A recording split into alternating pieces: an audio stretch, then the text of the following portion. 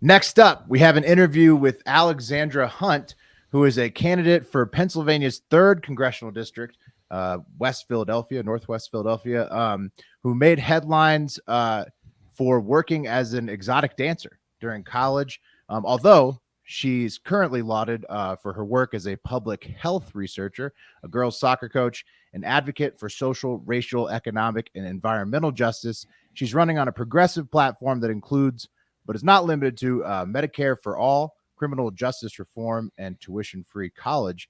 Welcome to the show, Alexandra. Thank you for having me. Good to be here. Yeah. Thanks for coming on. It's great to have you, Alexandra. Yeah. So, I guess my first question for you, it seems like you're more legalizing sex work, right? And so I just wanted to ask, how do you envision that in America? I live in Nevada, where a lot of sex work is legal, but I understand it doesn't run perfectly here. But how do you envision legalizing sex work in America? Just for the record, we are too. We're pro sex work. Oh, we're all about legalizing it. Yeah. Mm-hmm. Yes. Mm-hmm. So I'm actually strongly for decriminalizing it, and there's a difference between legalization and decrim. Oh, okay. And the difference is that sex work is currently criminalized, and so decriminalizing it, destigmatizing it, and decarcerating sex workers is a very, very much a part of our platform.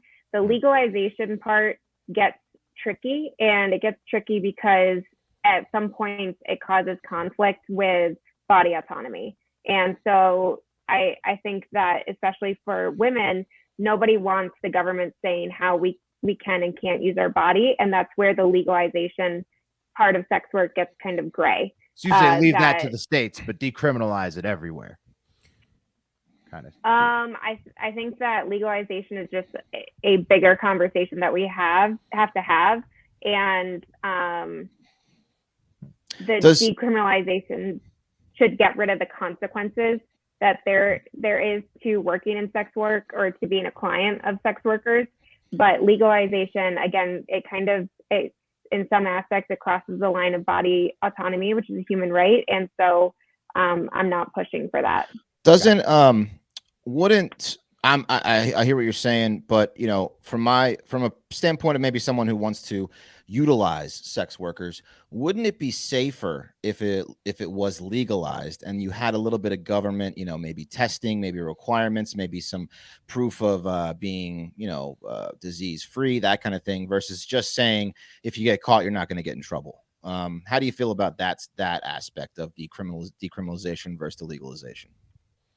Well, I think with decrim, there's still a push for an increase of safety and safety of both clients and sex workers, because sex workers are often face a lot of violence in working in the shadows that they have to work in.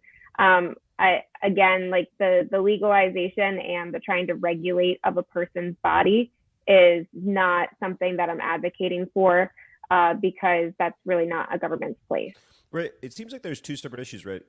Because there is absolutely the argument of whether or not the government has the right to have a hand, so to speak, on someone's body. But then there's also the larger issue, the more practical issue, if you will, which is the safety, right? I know that Backpage got shut down, which, I think that a lot of lawmakers thought was a big coup, right, to stopping specifically some sort of child sex trafficking, but honestly just created a situation where the sex workers can't have public listings, right, which is a safety net for sure, and they can't go to a centralized place, so to speak, where they can warn each other about certain Johns, for example, if we're talking about prostitution. So how do you separate the two? Is it safety for the sex worker, or is it the principle of the government not, getting their hands on your body, so to speak? Yeah, so that you're talking about platforms now, and you're talking about Sesta Fosta, and I absolutely agree that we have to repeal Sesta Fosta, and that allowing sex workers on platforms can increase the safety for sex workers. I think that we keep going back to government should not be regulating a person's body, and so that's not something that I'm going to push for. Gotcha. Okay.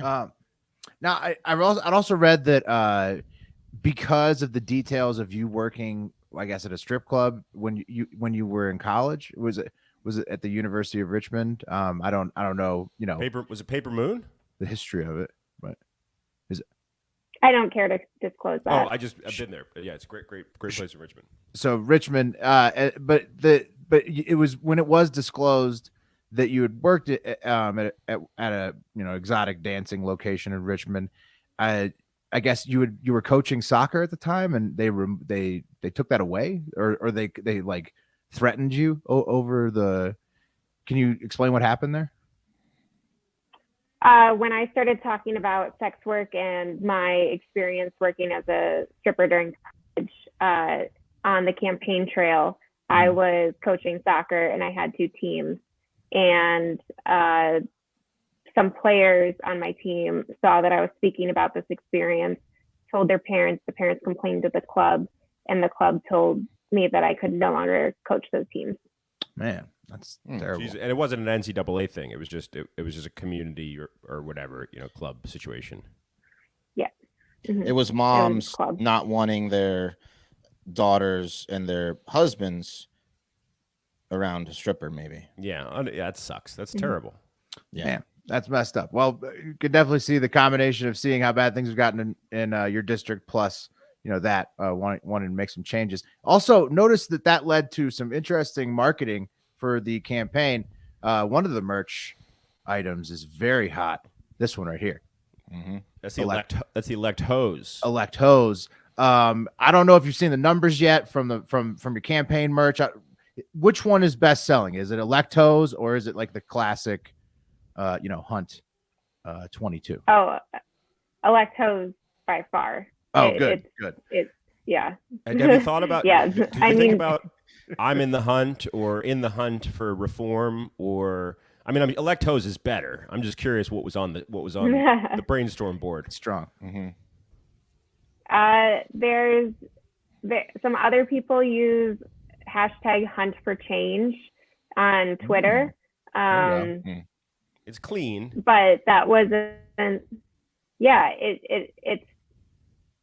We went for more controversial merch. I think you have to be bold, and it has really become more of a symbol of resistance to the status quo. And I think that the people who have the elect hose merch and wear it around publicly, I think that they are kind of proud to talk about like what it means, and they're really shameless, and that's awesome to see.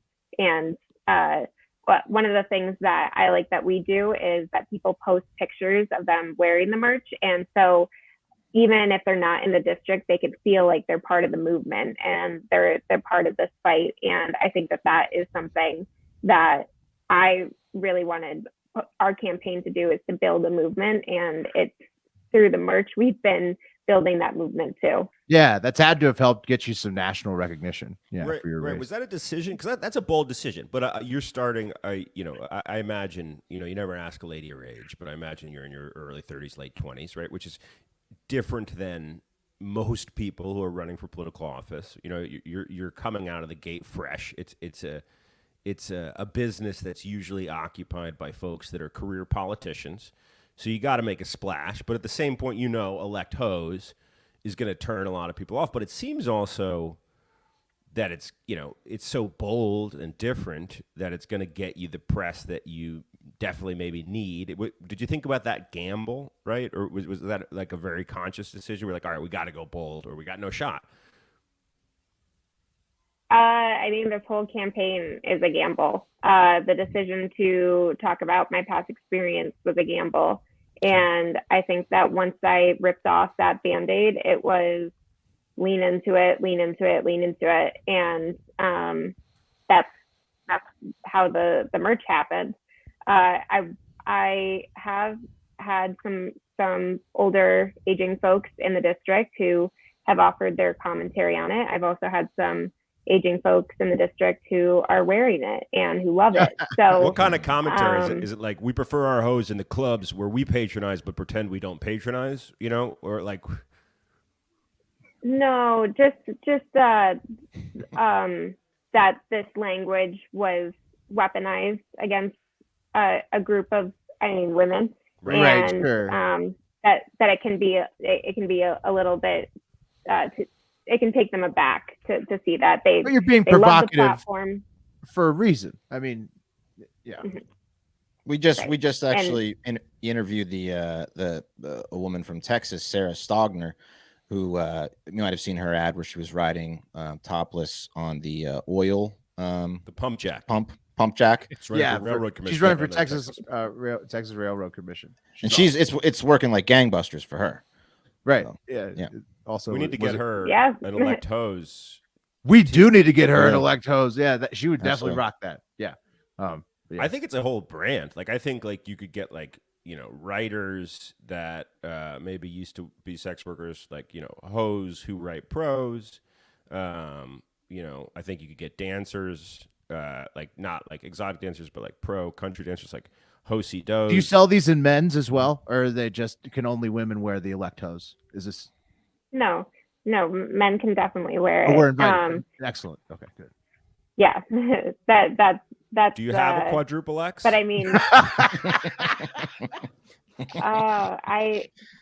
I think we only go up to 3, maybe. Ooh, We're gonna need to But I talk can- to your printer. I might be able to that. squeeze in. Yeah, you can squeeze in that.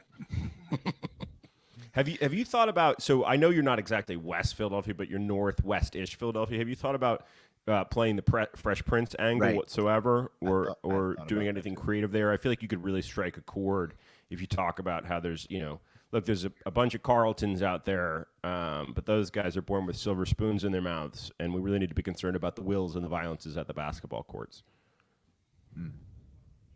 So the district has shifted, and it's got Northwest, West, and South Philly.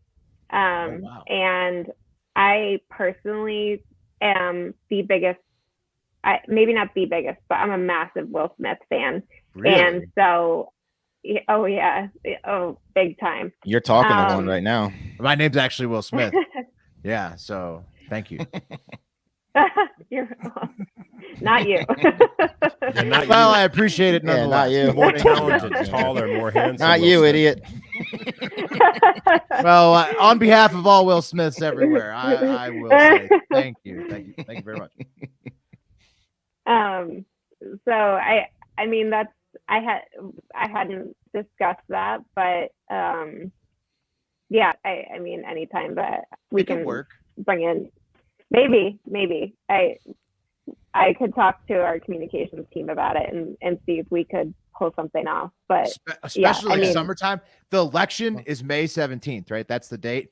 So it's going to be close to the summertime, and Mhm. like it's like you could almost play that song. I don't know if you can yet, but Oh yeah, no, Talk you to can the start comm playing. team. You could start playing summertime. And look, Alexander, we're not trying to tell you what to do. We're just making suggestions here, okay? Right. But I do have a feeling, right, that if we came up with some sort of clever, I don't know, summertime Fresh Prince tie-in, elect hose, but like remix elect Will hose though. Will Smith is going to see it. I'm just saying. We have some connections to the show to Will Smith. So I'm just saying it's not a bad idea. And look, we're not looking to bill you for campaign management consulting.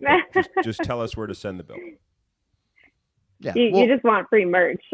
Oh, I want to elect well, shirt I mean, bad. we would 100%. certainly wear the elect hose. That's for sure. Also, if you win, just talk to us. If this works out, let us know. Yeah. And then I mean, you had us at decriminalize sex work, you know what I mean? Right. Right. also, Yeah. I saw you're for legalization of marijuana, which Pennsylvania should do. We're big proponents of that on this show. Some of us live in Nevada, some in New Jersey, and most in Texas. So Texas and Pennsylvania, both states that need to get on board still. But I ended up not marrying because I'm not into that word, but common lawing a Pennsylvania girl. So I get it. I totally Me get too. it. Mhm, Same here. mhm. That's what you called it, common lawing? Well, we had we went to the Jersey Shore, had a whoopsie, and now we have a little baby, and now we're in it for life, common law style. You fellas both are with PA girls. That's right. God. PA girls for life. That's right. Alexandra, let me ask you maybe a tough question. Back in the day when you were working as a stripper, I imagine there might be some things on your social media or some pictures or stuff that you might not want out there. Are you worried about anything like that surfacing that might damage the campaign from your past? We have gotten some threats of photos. Sure. Mm-hmm. But I mean, at this point, if you're gonna pull out a photo on a someone who's been talking about being a former stripper, I can lean into that. Right. It's only going to help your campaign if they were to put out Right. a photo of you from your job. Yeah, Yeah. Okay. So it would only hurt Good. them. Well, that's smart, and it's nice how you've taken it and used it to your advantage like that. I love how you're playing this, Alexandra, and I think that there's, not to get back to campaign and management, but just another thought. I think there's a huge opportunity for you to play super dirty, but in a good way here, right? Because look, let's be honest. People that decry things morally usually decry them because they really secretly want to get involved in them. I bet there's a situation where you could set up a DM trap with your Republican opponent, right? Well, this district the Democrats going to win. No, Whoever wins the primary wins. You could take down Republicans nationwide here. You could set up a DM. You could set up a DM trap situation. Yeah, you're talking about a honeypot. Maybe looking for guidance. And let me win the primary, and then I can focus on taking down Republicans nationwide. Yeah, there you go. Yeah, you should. And in this district, you should make pretty good mincemeat of them. Like maybe I'm thinking about.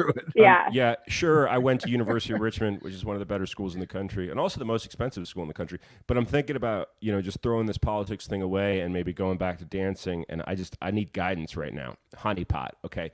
Then what we do is we set up. We need a dummy Instagram for. Are the olds on Instagram? Where are they? We need a dummy Facebook for you. Is what we need. Well, no, she has a Facebook. I know, but we need a separate one that we can. Alexandra Hunt for Congress on Twitter, Instagram, Facebook. Where else can the listeners find TikTok. you? TikTok too. Yeah, they're not going to DM you on there. We need maybe like the old guys are not. I don't think they can. But where was Wiener? Wiener was sending dick pics on text. That's what we need. We need like a fake text for you. Trust me, this is good. This is gonna be great. This is gonna be great. I'll run the honeypot too. Your thoughts? There's a club here in Philly called The Republican, and I wanted to do a tongue-in-cheek messaging about that because we get attacked by Democrats too, but more by Republicans. And so if we're being attacked by Republicans and there's a strip club named after them, I mean, it's definitely a double standard there. Oh my God. But, you should do a quote unquote guest appearance, but not actually dance, right? But promote it as a guest appearance and then see who comes. Yeah. You see what I'm saying? That's or a like honeypot too. And then just be soapboxing out there. Yeah. Well, we have a fundraiser coming up that is a burlesque show, but I'm not dancing in it, but I'll be speaking at it. Hell yeah! Still, that's awesome. There you go. Well, we're with you with the Electos movement. So who are you going up against in the primary? Who do you got to take down? This guy, what's his name? Dwight Evans. That's him. I hear bad things. Is he married? Married man? He is not. He's not. Oh, damn it. Okay. Yeah, I know. Weakness. What else? Children? Does he have kids? Yeah. No. No. Okay. I mean, and he's an elderly gentleman. So, yeah. Okay. Well, now we got something to work with there. Yeah, he's older. He's older. No. Well, where's the dirt? What's the angle here? He's 67. He's not like frail old. You're gonna have to give this guy a heart attack, just Alexander. Older. So. I just want to honeypot him, to be honest with you. Some stiff competition. How are you going to take him down? What's your plan? Well, if he was putting resources into the district and meeting the needs of the people, I wouldn't be running against him. There's a lot of complaints that he doesn't answer his emails. He doesn't answer his phone calls. He only shows up for a photo op. He's really not present here in the district. he's been in office for 42 years. He was in the state house before he was in the federal house. And at this point, what is he fighting for? What's his name? So you're saying Dwight Evans. You're saying he's probably bought and paid for by this point. He's had so many checks written to him. Wes, you're going to see if you can he's bought and paid for by private health insurance companies. He's personally invested in fossil fuels and weapons manufacturers. He takes money from private prisons. He's what? Majority of his money comes from corporations. So you're saying he's the classic career politician who's lined his pockets with special interests from the start. And yep.